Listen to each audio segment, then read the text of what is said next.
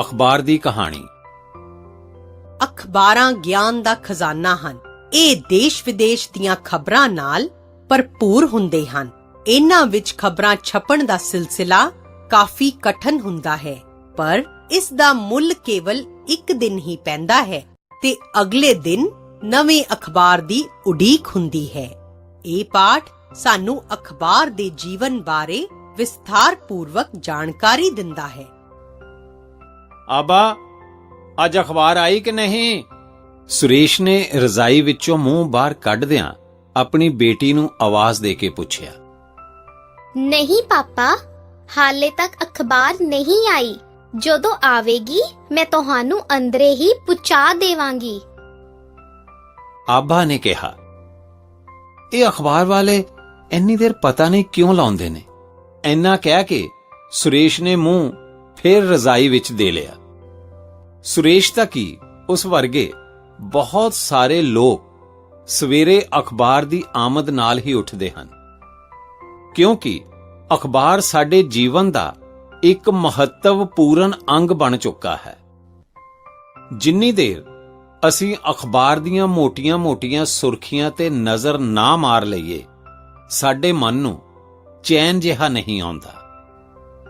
ਪਰ ਅਗਲਾ ਦਿਨ ਆਇਆ ਨਹੀਂ ਕਿ ਅਖਬਾਰ ਬੇਮੁੱਲੇ ਹੋ ਜਾਂਦੇ ਹਨ। ਇਸ ਨੂੰ ਰਸੋਈਆ ਚੁੱਕ ਖੜਦਾ ਹੈ, ਕੋਈ ਸ਼ੈਲਫ ਸਜਾਉਣ ਲਈ ਜਾਂ ਫਿਰ ਸਬਜ਼ੀਆਂ ਲਪੇਟਣ ਲਈ, ਜਾਂ ਇਸ ਨੂੰ ਫਿਰ ਰੱਦੀ ਵਿੱਚ ਦੇ ਦਿੱਤਾ ਜਾਂਦਾ ਹੈ। ਅਖਬਾਰ ਦਾ ਜੀਵਨ ਬਸ ਇੱਕ ਦਿਨ ਦਾ ਹੀ ਤਾਂ ਹੁੰਦਾ ਹੈ। ਆਓ ਵੇਖੀਏ, ਮਨੁੱਖ ਨੇ ਐਨੀ ਲੋੜੀਂਦੀ ਚੀਜ਼ ਕਿਵੇਂ ਬਣਾਉਣੀ ਸਿੱਖੀ ਅਤੇ ਅੱਜ-ਕੱਲ੍ਹ ਅਖਬਾਰਾਂ ਕਿਵੇਂ ਬਣਦੀਆਂ ਹਨ। ਇਹ ਵੀ ਵਿਚਾਰ ਕਰਦੇ ਹਾਂ ਕਿ ਅਖਬਾਰਾਂ ਕਿਵੇਂ ਮਹੱਤਵਪੂਰਨ ਹਨ। ਮਨੁੱਖੀ ਸੱਭਿਅਤਾ ਦੇ ਵਿਕਾਸ ਨੂੰ ਵਿਚਾਰਨ ਨਾਲ ਇਹ ਗੱਲ ਸਪਸ਼ਟ ਹੋ ਜਾਂਦੀ ਹੈ ਕਿ ਮਨੁੱਖ ਨੂੰ ਅਖਬਾਰ ਦਾ ਖਿਆਲ ਆਪਣੇ ਸਮਾਜਿਕ ਅਤੇ ਆਤਮਿਕ ਜੀਵਨ ਨੂੰ ਬਿਹਤਰ ਬਣਾਉਣ ਲਈ ਆਇਆ।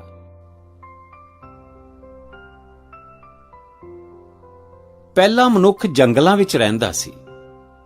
ਉਹ ਗੁਫਾਵਾਂ ਵਿੱਚ ਰਹਿ ਕੇ ਆਪਣਾ ਜੀਵਨ ਬਤੀਤ ਕਰਦਾ। ਉਸ ਯੁੱਗ ਵਿੱਚ ਉਹ ਇਕੱਲਾ ਹੀ ਰਹਿੰਦਾ ਸੀ ਅਤੇ ਉਸ ਨੂੰ ਸਮਾਜਿਕ ਜੀਵਨ ਦੇ ਮਹੱਤਵ ਬਾਰੇ ਕੁਝ ਨਹੀਂ ਸੀ ਪਤਾ। ਜਿਵੇਂ-ਜਿਵੇਂ ਮਨੁੱਖ ਸੱਭਿਅਕ ਹੁੰਦਾ ਗਿਆ, ਉਹ ਮਿਲ-ਜੁਲ ਕੇ ਰਹਿਣ ਲੱਗਾ। ਉਸ ਨੂੰ ਸਹਿਯੋਗ ਦੁਆਰਾ ਇੱਕ ਦੂਜੇ ਦੀਆਂ ਔਕੜਾਂ ਨੂੰ ਸਮਝਣ ਅਤੇ ਉਹਨਾਂ ਨੂੰ ਸੁਲਝਾਉਣ ਦਾ ਮੌਕਾ ਮਿਲਣ ਲੱਗਾ। ਇਸ ਤਰ੍ਹਾਂ ਸਮਾਜਿਕ ਭਾਵਨਾ ਦਾ ਵਿਕਾਸ ਹੋਇਆ। ਹੌਲੀ-ਹੌਲੀ ਸਾਰਾ ਸੰਸਾਰ ਅਤੇ ਮਾਨਵ ਜਾਤੀ ਸਮਾਜਿਕ ਜੀਵਨ ਦੇ ਧਾਗਿਆਂ ਵਿੱਚ ਪਰੋਏ ਗਏ ਅਤੇ ਜੀਵਨ ਦੇ ਸੁੱਖ ਅਤੇ ਖੁਸ਼ਹਾਲੀ ਲਈ ਉਸ ਨੂੰ ਇਸ ਦੀ ਲੋੜ ਸਮਝ ਆਉਣ ਲੱਗੀ।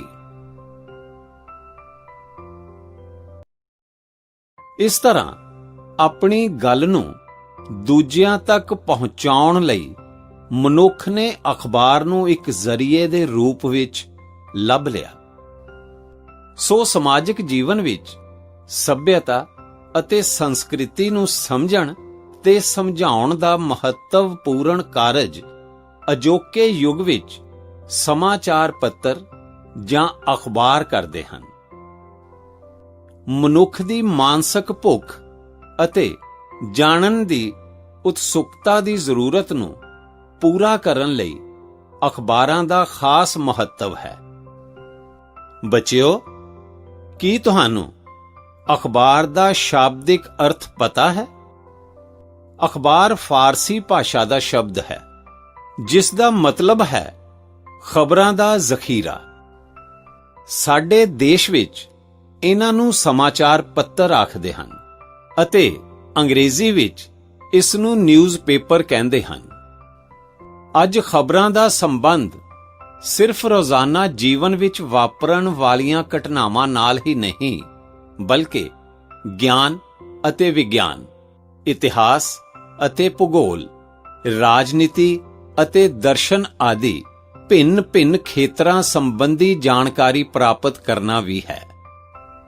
ਇਸ ਲਈ ਕਿਹਾ ਜਾ ਸਕਦਾ ਹੈ ਕਿ ਅਖਬਾਰਾਂ ਉਹ ਸਾਧਨ ਹਨ ਜਿਸ ਦੁਆਰਾ ਮਨੁੱਖੀ ਸਮਾਜ ਬਾਰੇ ਸੰਪੂਰਨ ਜਾਣਕਾਰੀ ਪ੍ਰਾਪਤ ਹੁੰਦੀ ਹੈ।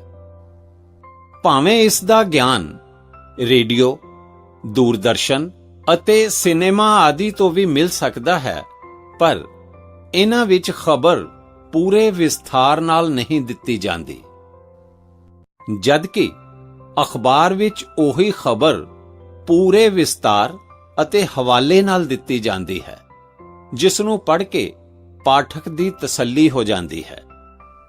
ਭਾਰਤ ਦੇ ਬਹੁਤੇ ਅਖਬਾਰ ਸਵੇਰੇ ਹੀ ਨਿਕਲਦੇ ਹਨ।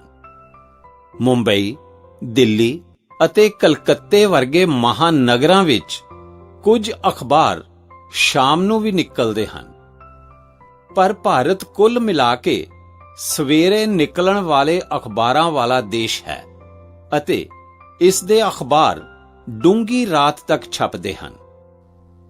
ਬੱਚਿਓ, ਕੀ ਤੁਸੀਂ ਕਦੇ ਸੋਚਿਆ ਹੈ ਕਿ ਤੁਹਾਡੇ ਤੱਕ ਅਖਬਾਰ ਪਹੁੰਚਾਉਣ ਵਾਲੇ ਲੋਕਾਂ ਨੂੰ ਕਿੰਨੀ ਕਠੋਰ ਘਾਲਣਾ ਘਾਲਣੀ ਪੈਂਦੀ ਹੈ?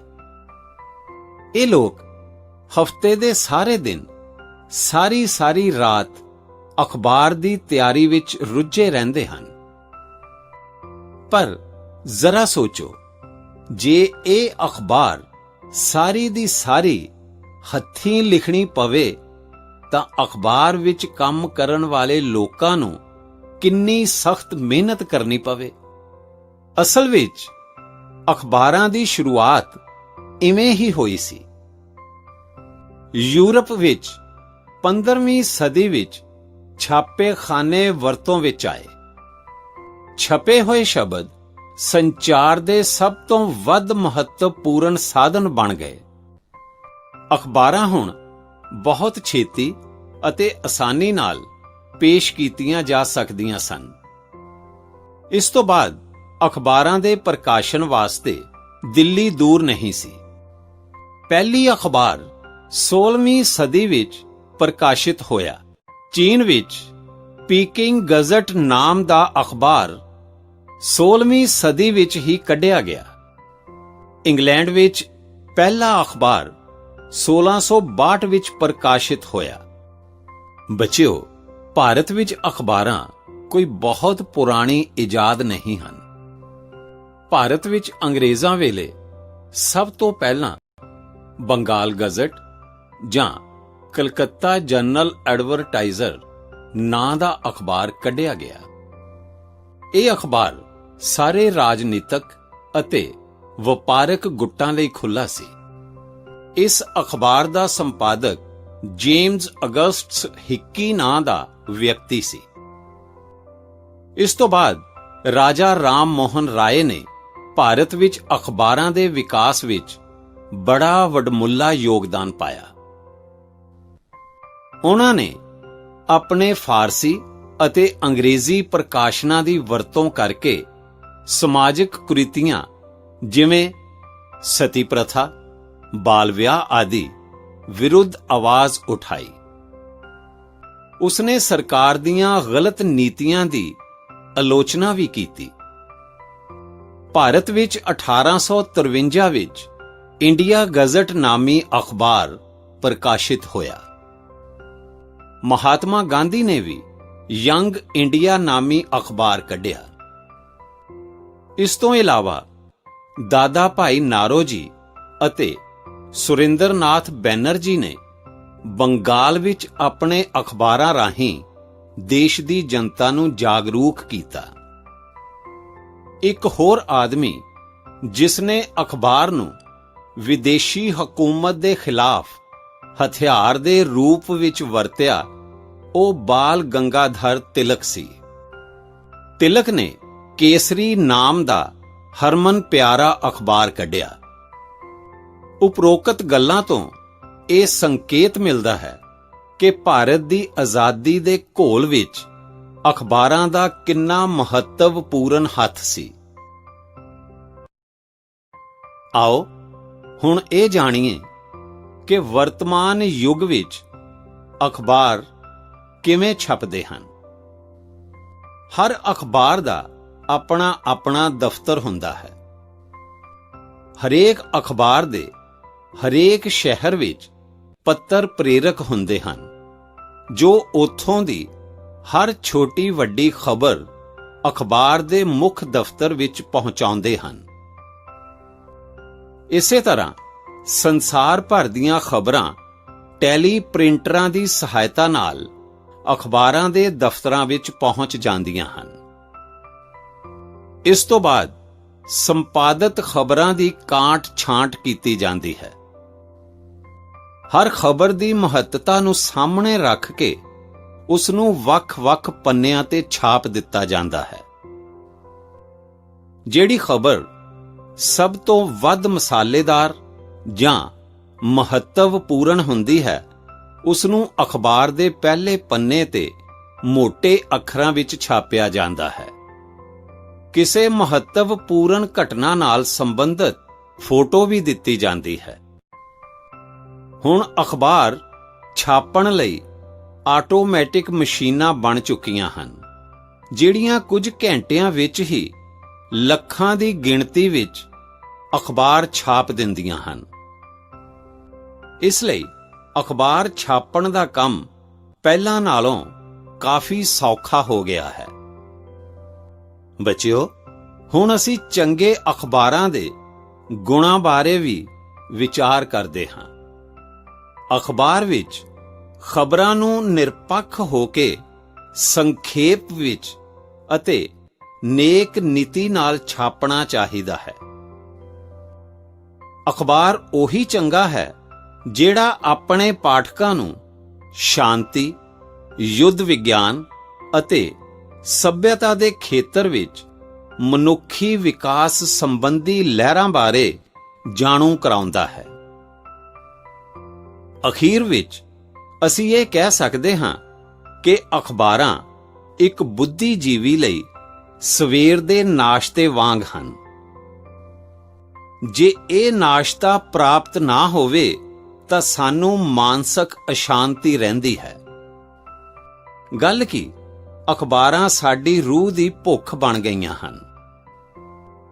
ਉਸ ਲਈ ਅਖਬਾਰਾਂ ਦੇ ਸੰਪਾਦਕਾਂ ਦਾ ਇਹ ਫਰਜ਼ ਹੈ ਕਿ ਉਹ ਲੋਕਾਂ ਨੂੰ ਸਾਫ਼-ਸੁਥਰੀ ਅਤੇ ਕੌਮੀ ਕੜੀ ਵਿੱਚ ਜੋੜਨ ਵਾਲੀ ਵਿਚਾਰਧਾਰਾ ਦੇਣ।